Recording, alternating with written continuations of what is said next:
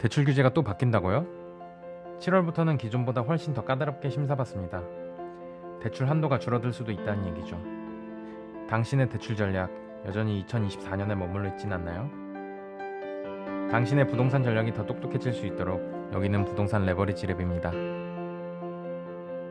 DSR 총 부채 원리금 상환 비율은 말 그대로 내가 1년 동안 벌어들인 소득 중에서 원리금 상환에 얼마나 쓰이는지를 계산하는 비율입니다.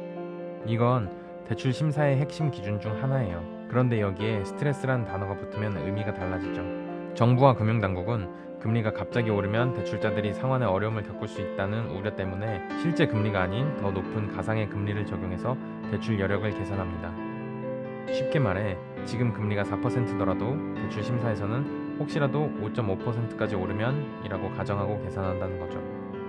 이 방식은 특히 변동금리, 혼합금리 상품에 적용되는데 금리 인상에 더 취약한 구조이기 때문입니다.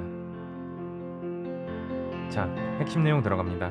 2025년 7월 1일부터는 스트레스 DSR 3단계 적용이 시작됩니다. 24년부터 점진적으로 적용되어 지금까지는 0.75%의 가상금리를 적용했다면 7월 1일부터는 100%인 1.5%의 가상금리를 적용하며 모든 금융권의 모든 가계대출로 확대됩니다. 그러나 지방에서 대출받는 경우엔 연말까지는 약간 숨통이 트일 수도 있습니다. 지방의 경우 25년 12월까지 0.75%만 가산하기 때문입니다. 하지만 수도권에선 가차 없습니다. 서울, 경기, 인천에서 주담대 받으실 분들은 한도 확 줄어드는 게 바로 느껴지실 겁니다. 그렇다면 대출 한도는 얼마나 줄어들까요? 예를 들어 볼게요. 연소득 8천만 원인 직장인이 서울에서 30년 만기로 변동금리 주택담보대출을 받는다고 해보죠. 현재 금리가 4%라면 스트레스 금리를 5.5%로 가정하고 한도를 계산합니다.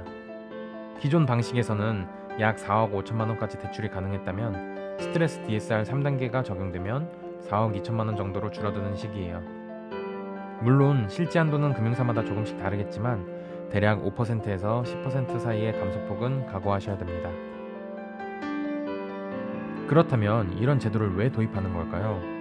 정부는 금리 상승기에 취약한 차주, 즉 돈을 많이 빌려놓은 사람들의 연체 가능성을 줄이기 위해 이런 제도를 도입하고 있습니다.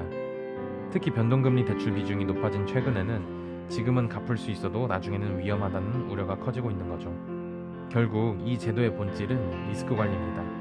지금 대출을 너무 쉽게 내주면 나중엔 금융 시스템 전체가 흔들릴 수 있으니까요. 일부 유예 규정도 있습니다. 2025년 6월 30일까지 입주자 모집 공고가 시행된 집단대출, 같은 날까지 부동산 매매 계약이 체결된 일반 주택담보대출, 이런 경우는 예외적으로 기존의 2단계 스트레스 DSR 규정을 적용받습니다. 즉, 현재 계약을 앞두고 있다면 7월 이전에 진행하는 것이 유리할 수 있다는 이야기예요. 스트레스 DSR 3단계 적용, 단순히 제도 변경으로 끝나는 게 아닙니다. 여러분의 대출 가능 금액이 바뀌고 결국 부동산 투자 전략 자체를 수정해야 할 수도 있다는 뜻이죠. 지금이 바로 금리 환경, 규제 변화, 내 소득 구조를 종합적으로 검토해봐야 될 때입니다.